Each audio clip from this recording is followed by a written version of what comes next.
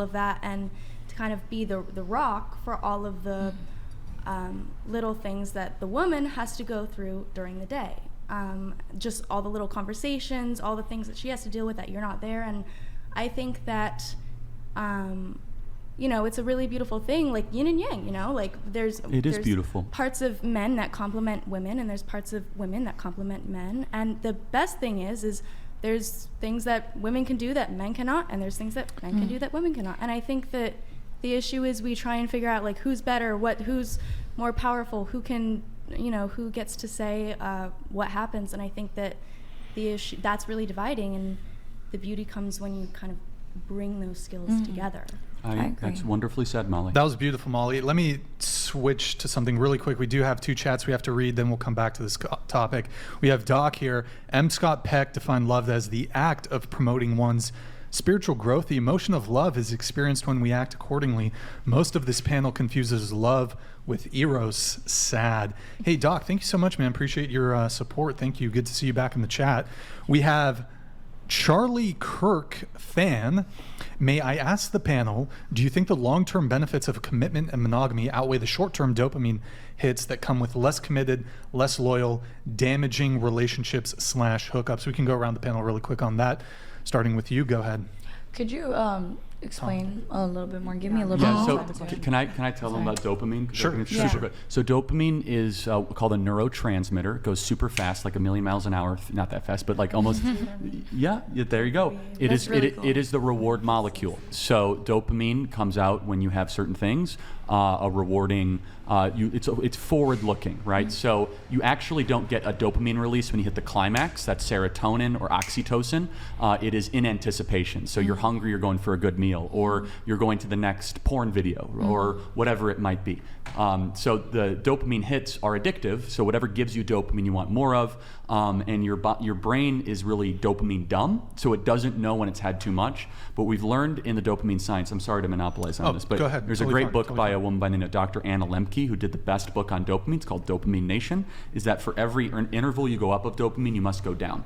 That's why when people go really deep into dopamine, they end up getting into depression in the days or the weeks that follow. So you go to a rock concert, you're so overwhelmed, you might do some drugs, cocaine spikes dopamine, alcohol spikes dopamine, sex spikes dopamine. Your brain then has to interval back. So the next 4 days, you're like, I feel so low. There's nothing wrong with you. And so that's one of my arguments against pornography, is that without you know it, you're actually lowering your dopamine interval. So I hope that's helpful. Thank you. It is. Can you repeat the question one more time with the actual question? Yeah, it's about do you think the dopamine hits are worth it?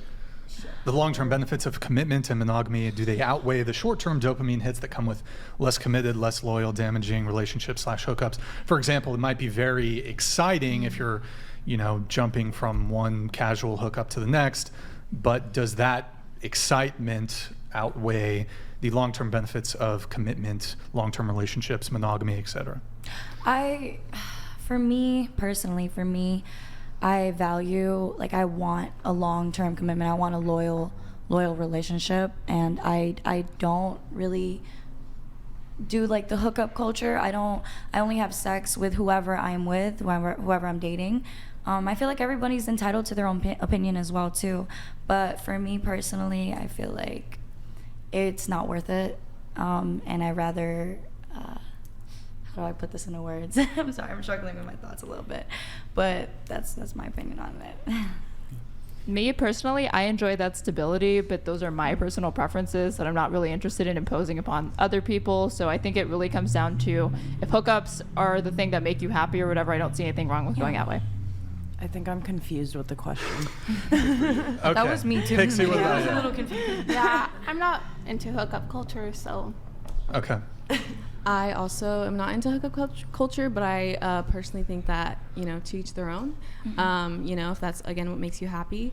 But I think kind of being single for a year and going on dates, I wasn't in hookup culture necessarily, but I was going on dates with multiple people. It can be a little depressing, for sure. When you say you were going on dates with multiple people, what was in an average week, what was how many dates were you going on? I wasn't too date. It was, I was on Hinge, I was on Tinder. I would maybe have a date with 1 or 2 people a week. Sometimes for a few weeks I wouldn't have any dates. But yeah, it would be kind of depressing. You could, go on a date with someone multiple times and then it doesn't work out, and then, but I do think I do want something like long term, because I don't think personally that is good for me because of the person that I am. So Sure. yeah. What about you, Tina?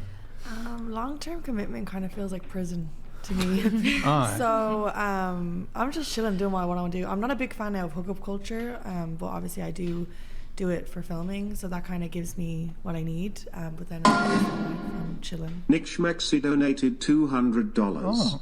Hey Brian and Charlie, Thanks, Nick. will you guys post the stream after? I haven't been paying attention because I'm whacking off to Angel and Sophia. Welcome to the Whatever podcast, where we should probably moderate these. Appreciate it, Nick. I do have I mean, you all deserve better men than what America's producing. You really do. I mean that. Subscribe. You deserve better men than what this culture is producing. Okay. Well, Tina, coming back to you really quick. I mean, in some of your pre-show notes here that you provided, you said, for example, that you guess you always end up sleeping through friend groups. Hot take could be that you're all for open, non-traditional relationships. You said at one time you left a guy asleep in your hotel room to go hook up with 3 other guys. Girl boss. There's more there. I can read more. You also said commitment to one person is difficult for you. Yeah. I suppose it's good that you're at least self-aware. Do you care to elaborate a bit on that? On which part? I don't know. There was a lot out there. The story though, yeah, I did once leave a guy in my hotel room. He fell asleep. He just kept dragging on about how I do OnlyFans, and you can tell that he was getting turned on by it. And my biggest ick is when guys are like so interested in what I do for work, because that's my work. So when I'm talking to you about it, I'm just talking to you like it's my work. Yeah. So if you're like talking to me and you're kind of getting excited, you're thinking you're gonna hook up or something, I'm just like, I'm so turned off. Yeah. So luckily he fell asleep in my room. Luckily. I went for a shower because I was like, if anything's gonna happen, I may as well shower, be fresh anyways. I wasn't really into him, but I was like, sometimes you just have to put up with some things. But when I was in the shower, he fell asleep, and also while I was in the shower, I got a text from another guy that was in the hotel. There was an event going on, and he was like, come say goodbye to me. And I was like, okay. And I went up and we did our thing, and then while we were doing our thing, his coach and his manager were like knocking on his door to try get him to get on his flight because he had an early flight, and then they just joined in, and I like got a text then from the guy that was asleep in my room, and he was just like, did you leave? And I was like, yeah, I had to go say bye to a friend. And then I never heard from him again, but that was good though because he was weird. Haram! Okay, so that's pretty interesting. We'll come back to that later. Molly, did you have a response to the chat that came in? Yes. Okay, go ahead. For me, I think that relationship stability and those little dopamine hookup hits come together. I kind of utilize both. So for me, like, I have sex for work with people that aren't my boyfriend. So, like, yes, it is very chemically draining after you have an orgasm. And, like, obviously you're tired. You're depleted of all of those crazy dopamine whatevers. And you get a little sad. So after my scenes, when I'm driving home, the only thing that's like, oh, like I'm not gonna be alone. Like I'm gonna have my boyfriend. Like we're gonna hang out, and he's gonna love me, and like he's gonna be so proud of me because I did work today. And yeah, like it all just kind of ties in. Like if I didn't have those little dopamine hits, I would feel like I was in prison, and I'm sure he would feel the same way. So it all works out. Oh, we have another one coming. Modest Hikima donated $200. Charlie stole my usual question of will, even wearing my Matt Walsh flannel NWTF. So, spawn of Satan, how much more traffic do you expect to Europe from nips rather than wearing clothes?